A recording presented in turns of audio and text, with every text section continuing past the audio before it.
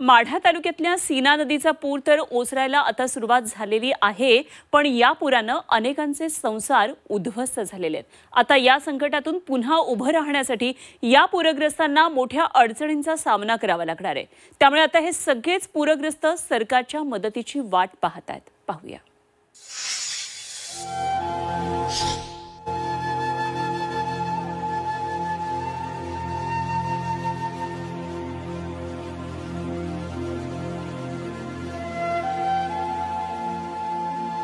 मोडून पडला संसार तरी मोडला नाही कणा, पाठीवरती हात ठेवून फक्त लढ म्हणा। आज मराठवाड्यासह सोलापूर अहिल्यानगर मधील पूरग्रस्तांना मदतीची गरज आहे। ही दृश्य आहेत सोलापूरच्या माढा तालुक्यातील। सोलापूर जिल्ह्यातील गावांना पुराचा वेढा बसला आणि सगळं होत्याचं नव्हतं झालं। शेतात घाम गाळून कष्टानं उभा केलेला संसार सीना माईच्या पाण्यामध्ये डोळ्या देखत वाहून गेला। ज्या सीना नदीला आजवर शांतपणे वाहताना पाहिलं, त्या सीना माईनं आज 26 गावं आपल्या पोटामध्ये घेतली। इतिहासात पहिल्यांदाच सीना नदीला पूर आला। गावांमध्ये पाणी शिरलं आणि घरातील संसारोपयोगी वस्तू आणि पशुधनाचं मोठं नुकसान झालं।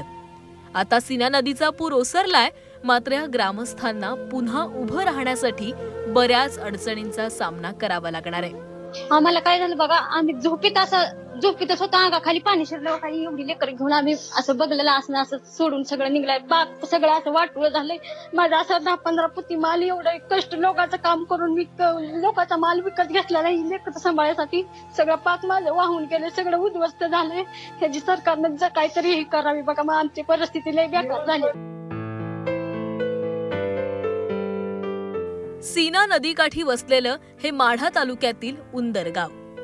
सीना नदीच्या पुरामुळे उंदर गावातील घरांचं नुकसान झालंय।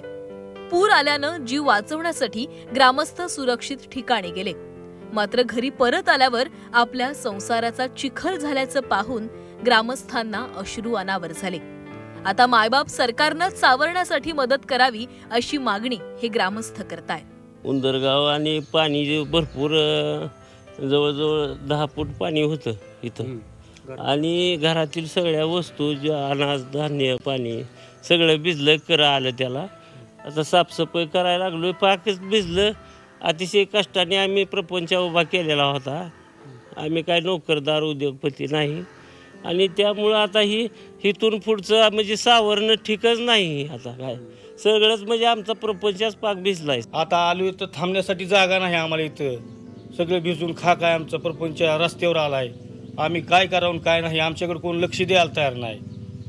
आम्ही 2-3 दिवस झालं घराच्या बाहेर पडलो, इकडं तिकडं पळतो। आमच्या बाया पुरं सगळं कपडे नाही, अंगावर कपडा नाही, आणि आता बघतोय सगळं उद्ध्वस्त होऊन गेले। घरात पूर्ण चिखल दिसतोय, सगळं उद्ध्वस्त झालाय आमचा संसार। माझी जनावर आहेत 30-35, त्या जनावरांना सुद्धा कसं वाचवायचं ते सुद्धा आम्हाला समजलं नाही। माढा तालुक्यात आता पाऊस काहीसा थांबलाय, पण या महिलांच्या डोळ्यातील अश्रू काही थांबायचं नाव घेत नाहीत। आमचा संसार उद्ध्वस्त झाला, पण अजूनही कुणीही मदतीला आलं नाही अशी खंत या महिलांनी व्यक्त केली आहे। खाण्याचा पिण्याचं काही धान्य राहिलं नाही घरात, माल मटेरियल किराणा काही सुद्धा राहिलेलं नाही। कपडा लत्ता म्हणलं तर सोनं नाणं, आम्हाला काही पैसा घ्यायचं कळलंच नाही। फक्त आम्ही डोक्या इतक्या पाण्यातून आम्ही बाहेर निघलोय। घरातनं पूर्ण चिखल दिसतोय, सगळं उद्ध्वस्त झालाय आमचा संसार। आमच्या लेकराबाळांचं सामाईन, शाळेचं सगळं।